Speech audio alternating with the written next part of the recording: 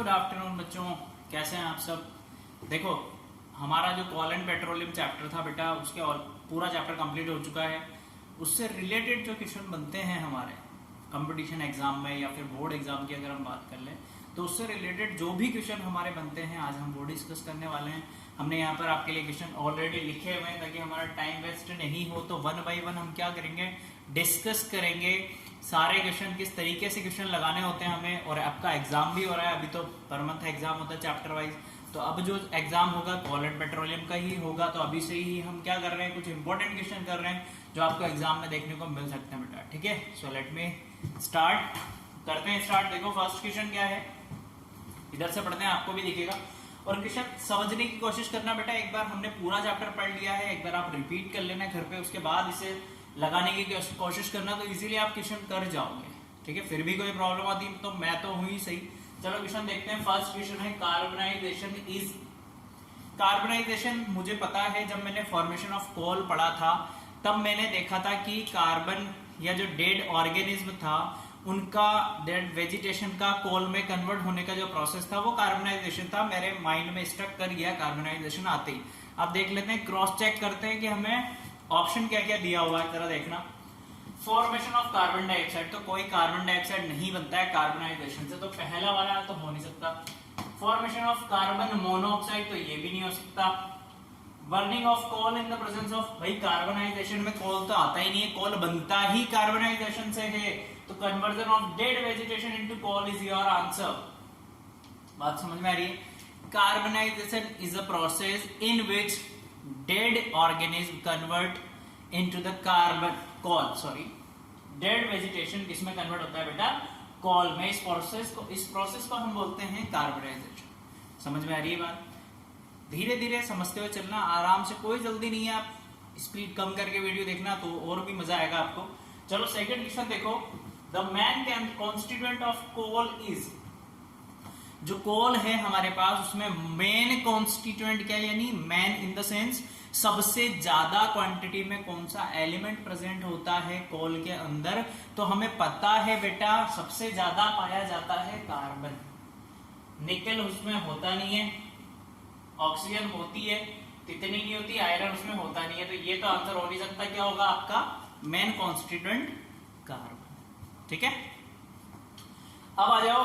Ointment are prepared from, ये एक तरीके के क्या है, मटेरियल है जो किससे बनता है बेटा, लुब्रिकेटिंग ऑयल से तो बनता नहीं है, कोक से भी नहीं बनता, बिटुमिनस से भी नहीं बनता, किससे बनेगा, पैराफिन वैक्स के जब यूजेस आप पढ़ेंगे तो हमने क्या किया था, गूगल पे क्लास ली थी, वहां से मैंने आपको क्या किया था, नोट्स सेंड किए थे ग्रुप में, आपको पता हो तो। उसमें हमने एक टेबल बनाई हुई थी, इधर लिखे थे हमने जो पेट्रोकेमिकल्स निकल रहे थे रिफाइनरी के टाइम, उनके कार्बन कंपाउंड्स कितना कार्बन परसेंटेज होगा। ठीक है, देन यूजेस लिखे थे। तो यूजेस जब आप पढ़ोगे तो आपको देखने को मिलेगा जो ऑइंटमेंट है वो किससे बनता है बेटा, पैराफिन वैक्स से। ठीक है, चलो नेक्स्ट क्वेश्चन देखो। कोल तार इज रिप्लेस्ड बाय, पहले के जमाने में कोल तार यूज किया जाता था, अब अभी के टाइम में उसे रिप्लेस्ड किससे कर दिया गया है बेटा, उससे रिप्लेस कर दिया गया है बिटुमिनस से। उसकी जगह क्या यूज किया जा रहा है अभी, बिटुमिन।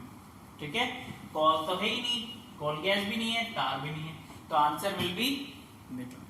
ठीक है, चलो नेक्स्ट क्वेश्चन क्या है बेटा, the natural resources which is known as black gold.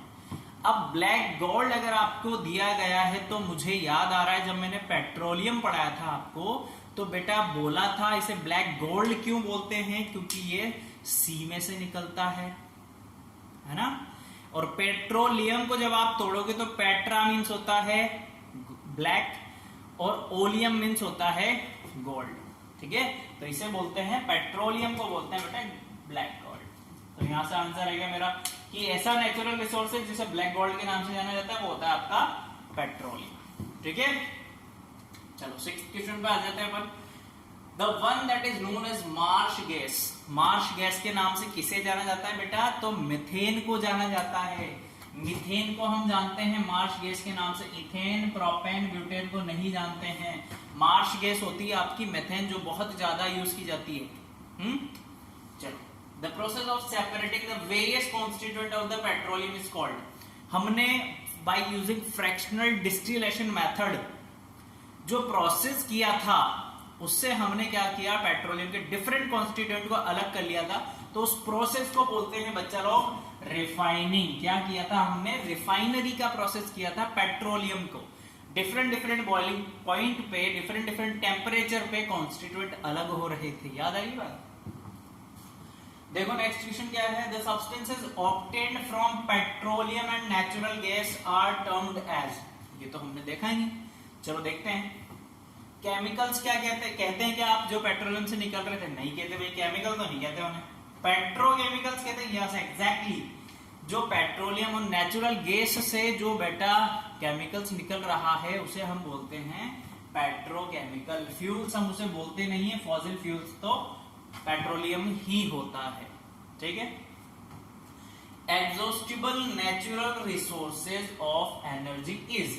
अब पहली बात तो नेचुरल रिसोर्सेज जो हमें नेचर ने दिए हैं, एग्जॉस्टिबल जो लिमिटेड क्वांटिटी में है या हम जिनका यूज करेंगे ज्यादा तो वो खत्म हो रहे हैं, है ना। ये बात आपको समझ में आनी चाहिए, एग्जॉस्टिबल पढ़ के और नेचुरल रिसोर्सेज पढ़ के। वाटर तो हो नहीं सकता भाई, बहुत सारा है। सोलर एनर्जी नेचुरल रिसोर्सेज हैं दोनों बेटा, वाटर भी नेचुरल रिसोर्सेज है, सोलर एनर्जी भी नेचुरल रिसोर्सेज है, एयर भी नेचुरल रिसोर्सेज है, but these are not exhaustible. अभी बहुत सारी क्वांटिटी में है।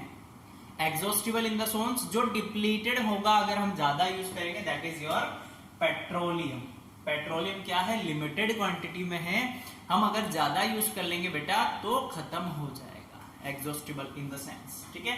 लास्ट क्वेश्चन क्या पूछ रहा है आपसे, which of the following is the best quality of coal. हम बेस्ट क्वालिटी किस तरीके से देखते हैं कि उसमें कितना परसेंटेज ऑफ कार्बन प्रेजेंट है। हमने देखा था कि पीट में सबसे कम था, लिग्नाइट में उससे ज्यादा, बिटुमिनस में उससे ज्यादा, और सबसे ज्यादा था एंथ्रासाइट में जो ब्लू फ्लेम्स के साथ जलता है और जो ऐश बिल्कुल कम देता है और जिसमें स्मोक नहीं होता है बिल्कुल भी। तो वो कौन सा होता है बेटा, आपका एंथ्रासाइट। तो बात समझ आ रही है, ये नहीं हो सकता, ये भी नहीं हो सकता, ये भी नहीं हो सकता। अब देखो इसमें आपसे कितने सारे क्वेश्चन बन सकते हैं कि पहला कोल कौन सा है जिसमें सबसे कम परसेंटेज ऑफ कार्बन होता है, पीट, उसके बाद लिग्नाइट, देन बिटुमिनस। आपसे इस तरीके के क्वेश्चन पूछे जा सकते हैं। तो आज हमने कुछ क्वेश्चन लिए हैं आपके लिए जिससे आपको रफ आइडिया आ जाए चैप्टर का। तो बेटा पढ़िए चैप्टर। कल हम क्या करेंगे, गूगल डीओ पे या फिर जूम पे एक मीटिंग ले लेंगे, हमारी डाउट सेशन ले लेंगे। आप चैप्टर पढ़ना पूरा कंप्लीट, कुछ भी डाउट रहता है कल आप मुझसे पूछना है। कल एक क्विक रिवीजन रख लेते हैं हम जूम पर पूरे चैप्टर का, तो हमारा चैप्टर पूरा कंप्लीट हो जाएगा। Okay, thank you so much, keep learning, bye.